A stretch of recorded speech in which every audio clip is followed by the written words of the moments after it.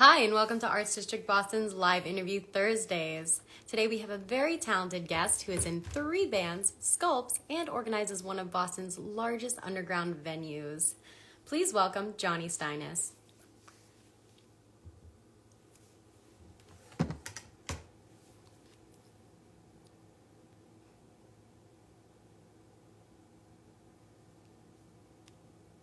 One sec, he's just connecting.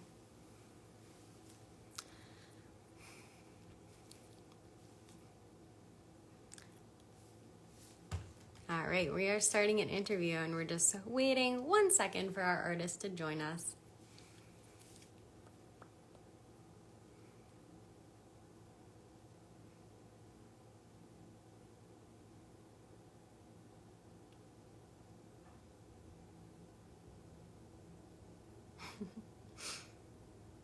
I got him on the chat. It'll be 1 sec.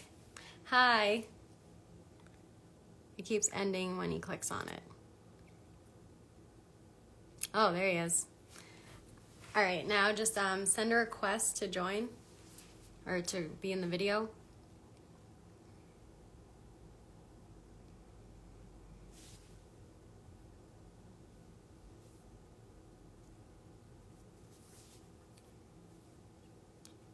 There we go.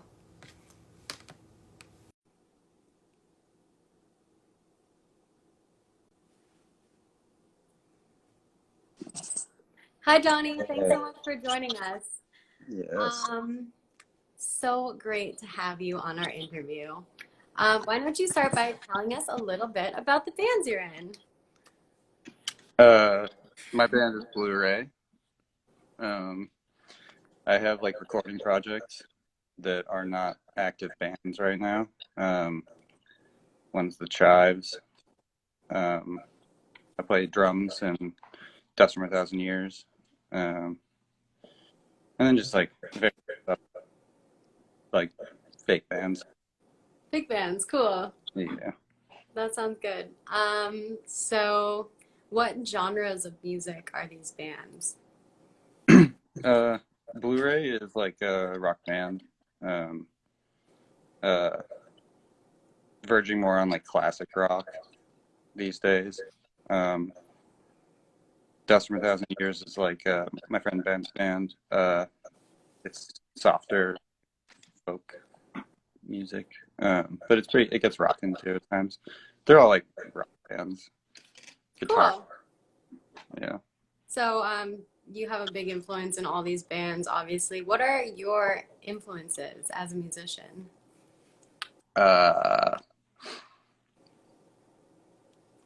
in general, I don't really like doing anything besides it.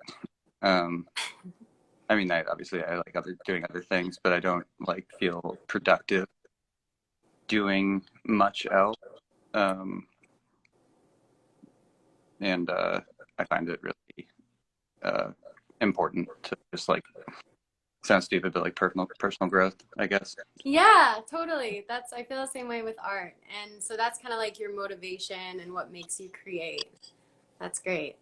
What about like other artists that have influenced you? Where do you kind of relate your sound?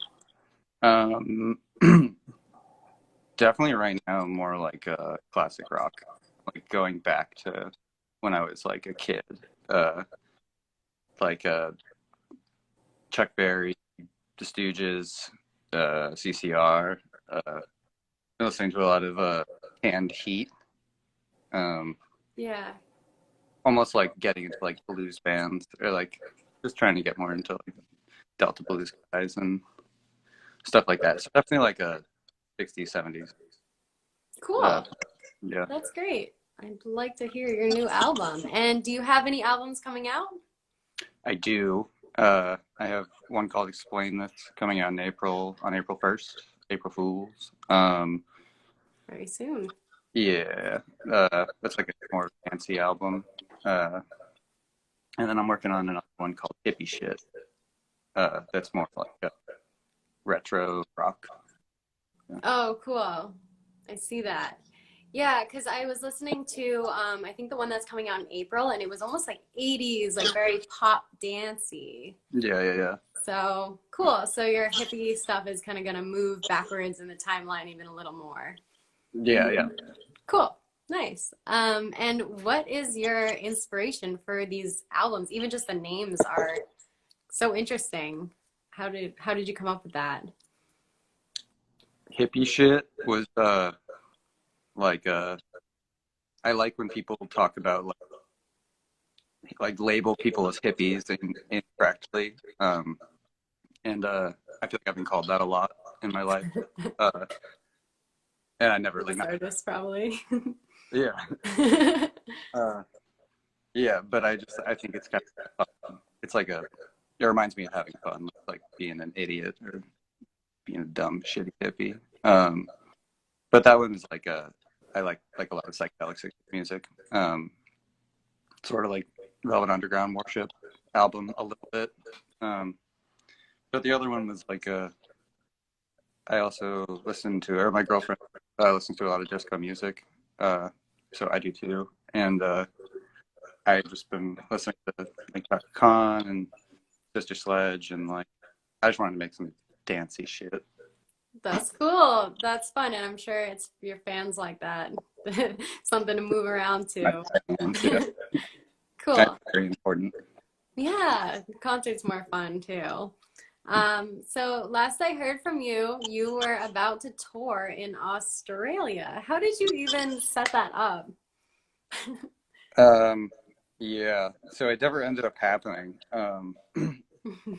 But we set it up through like a lot of Facebooking, um, finding bands. We like Aiden, my old drummer, is like from Australia, sort of. Oh, really? I didn't even I know mean, he's from like Newton, but like uh, sort of. So, but I think he was born there. His parents are Australian. that. So he knew a lot of like jumping off points. So it wasn't that hard. Uh, it was more hard trying to find uh,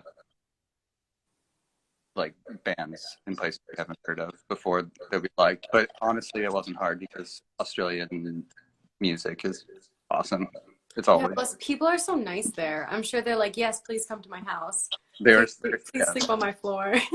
Even just like talking to them via email, or a lot of people, it was just like you can tell that these people are cooler than most people. Yeah, it's like the Canada of the other side of the world. Cool. So what's like the biggest show you played, or what's like your most memorable show? If you don't have like a big one. um, I like I liked our album, our first album release show. Uh, I like cut Aiden's hair off. Um, so that Oh, made it in fun. the at the show? Yeah, he was like, you should just cut my hair off. And I was like, okay, I'll do it. Sounds good. It was his idea. That's cool. It's like performance art. It's kind of like your sculpture roots. And I know you used to make a lot of sculpture artwork.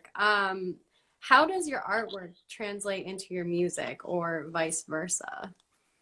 I don't really make any visual art anymore. I kind of don't like making it anymore, or just for a little while. I'm sure I'll like it again, but it definitely like music like replaced it pretty much. In college, when I was studying sculpture, I started just trying to make music, and I found it way more just fun. Um, and like the process was one that I like felt like I understood more. But yeah, like I think that they're definitely in line.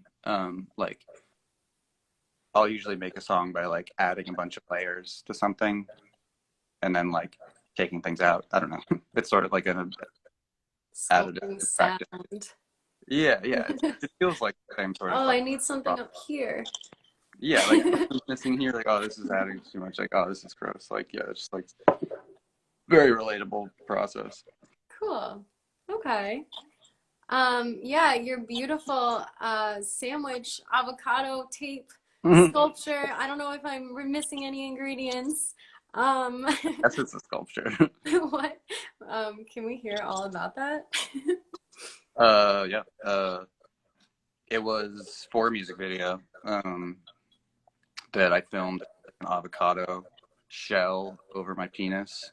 And like I wanted to have like a mask of like avocado toast. I mean, it was pretty much just ended up being toast. There's a little bit of avocado.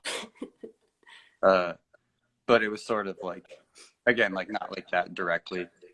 But it was the song that the music video was a little bit addressing like working at like a restaurant or cafe, uh, shit job. Yeah. And I wanted there to be like avocado Yeah, toast. like $20 avocado toast. Yeah, Should I be just think bomb. it's good. I mean, I like avocado, it's really good, Oh but yeah, of course. it's something else. It's a symbol. That's cool. So it seems like you guys do a lot of performance art in your music. Do you plan to do even more going forwards? Or is that something you want to keep in your band repertoire? I like having fun. I wouldn't call it performance art. I don't. I would say that it's more just about like it's like hijinks. It's just like it's like Jack or something. Okay, Yeah, cool. it's just fun to like Jackass. like if you're like not that I played a live show in a long time, but it's fun to like do other things besides music. Yeah. Yeah. Okay, cool. That's an interesting take on it. Yeah, so